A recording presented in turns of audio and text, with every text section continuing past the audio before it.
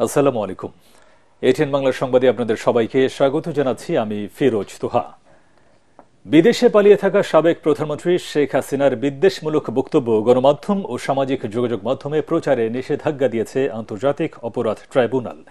একই সাথে তার বিদ্বেষমূলক আগের বক্তব্যগুলো সরিয়ে ফেলতে বিটিআরসিকে নির্দেশ দিয়েছেন আদালত। বিচারপতি গোলাম মুর্তজা মজুমদারের নেতৃত্বে 2 বিচারপতি ট্রাইব্যুনাল এই আদেশ দেন। আরও জানাচ্ছেন হুমায়ুন চিশতি।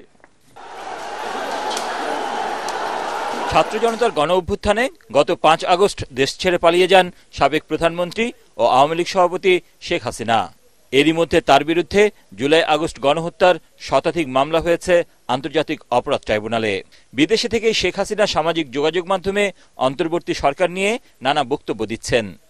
তিনি তার ফোন আলাপের রেকর্ডিং অনুসারীদের ছড়িয়ে দেওয়ার অনুরোধ করেছেন, যা সামাজিক যোগাযোগ মাধ্যমে ভাইরাল হয়েছে।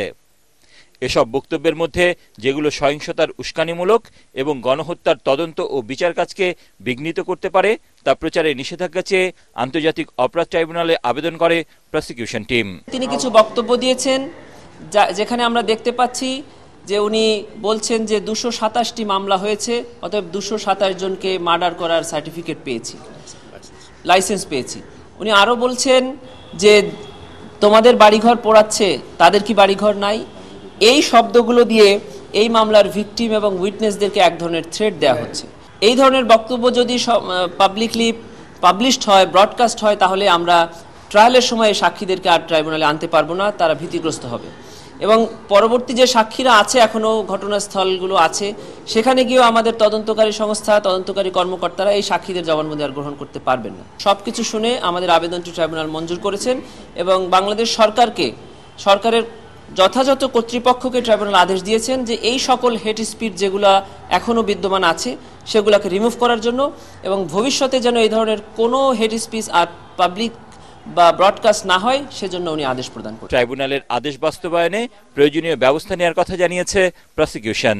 ফেসবুক, টুইটার, ইউটিউব শো যেগুলো ইন্টারন্যাশনাল সোশ্যাল মিডিয়া আছে, এখানে আমরা আমাদের ট্রাইব্যুনালের আদেশটা পৌঁছাবো এবং তাদেরকে লিখিত জানাবো। এগুলো ইন্টারন্যাশনাল হিউম্যান রাইটস স্ট্যান্ডার্ড অনুযায়ী এগুলো হেট স্পিচ, বিদ্বেষমূলক চর্চা। শুনানিতে শেখ হাসিনার পক্ষে কোনো আইনজীবী আছেন কিনা তা জানতে চান ট্রাইব্যুনাল।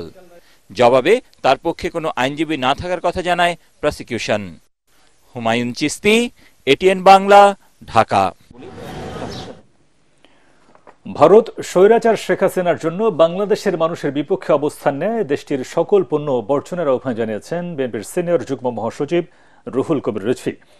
জাতীয় প্রেস ক্লাবের সামনে প্রতিবাদ সভায় তিনি এই আহ্বান জানিয়ে বলেন, কিছু পণ্যের জন্য ভারতের মুখাপেক্ষী থাকার কারণ নেই। এ সময় একটি ভারতীয় শাড়ি পুড়িয়ে বাংলাদেশ বিরোধী অপপ্রচারের নিন্দা জানান রিজভী। বিভিন্ন অপপ্রচারের মাধ্যমে ভারত বাংলাদেশকে অস্থিতিশীল করার চেষ্টা করছে অভিযোগ করে তিনি বলেন, জাতীয় ঐক্যের মাধ্যমে সব ষড়যন্ত্র মোকাবেলা করবে দেশের মানুষ।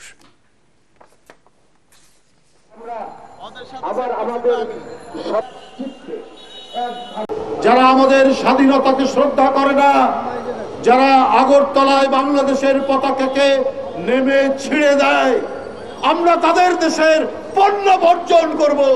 আপনাদের উপর আমরা মুখাপেক্ষী থাকবো এটা ভাবার কারণ নাই যে আপনারা আমাদের একটু দেবেন আর যা বলবেন তাই শুনতে হবে। ওইটা 2-1 হাসিনার মতো লোক থাকতে পারে, কিন্তু কোটি কোটি বাংলাদেশের এইটা করবে না। জাতির সংকটকালে এইভাবেই আমরা ঐক্যবদ্ধ হব, এইভাবেই আমরা আগ্রাসন ঠেকাবো। মামলায় নাম থাকলে যাচাই না করে গণহারে কাউকে গ্রেফতার করা হবে না বলে জানিয়েছেন নতুন আইজিপি বাহারুল আলম। আইনশৃঙ্খলা পরিস্থিতি নিয়ন্ত্রণে পুলিশ আগের মতো মারণাস্ত্র ব্যবহার করবে কিনা সে বিষয়ে নতুন করে ভাবার সময় এসেছে বলে জানান তিনি। পুলিশ সদর দফতরে আয়োজিত সংবাদ সম্মেলনে আইজিপি বলেন, নিরপেক্ষ নির্বাচন করার পূর্ণ সক্ষমতা রয়েছে বর্তমান পুলিশের। জানান, রাজনৈতিকভাবে পুলিশকে আর ব্যবহার হতে দেয়া হবে না।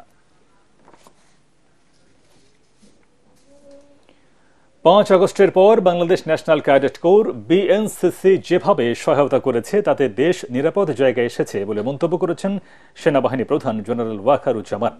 দুপুরে সাভারের আশুলিয়ার বাইপাইল এলাকায় বিএনসিসির ট্রেনিং একাডেমিক ভবন উদ্বোধন করে দেশের ক্রান্তি লগ্নে শান্তি শৃঙ্খলায় বিএনসিসি ক্যাডেটদের অগ্রণী ভূমিকারও প্রশংসা করেন তিনি। Chief of general staff lieutenant general Mizanur Rahman Shamim adjutant general major general Masudur Rahman, নবম পদাতিক ডিভিশনের জিওসি মেজর জেনারেল মঈন খান ও বিএনসিসি অধিদপ্তরের মহাপরিচালক ব্রিগেডিয়ার জেনারেল মিজানুর রহমান সহ সেনাবাহিনীর ঊর্ধ্বতন কর্মকর্তারা অনুষ্ঠানে উপস্থিত ছিলেন।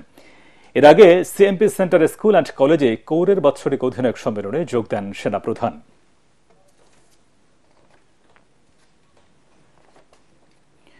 পরবর্তী সংবাদ দেখার আমন্ত্রণ জানিয়ে এখনকার মতো শেষ করছি। এটিএন বাংলার সংবাদ ইউটিউবে দেখতে ব্রাউজ করুন, youtube/ATN Bangla News। ধন্যবাদ সবাইকে।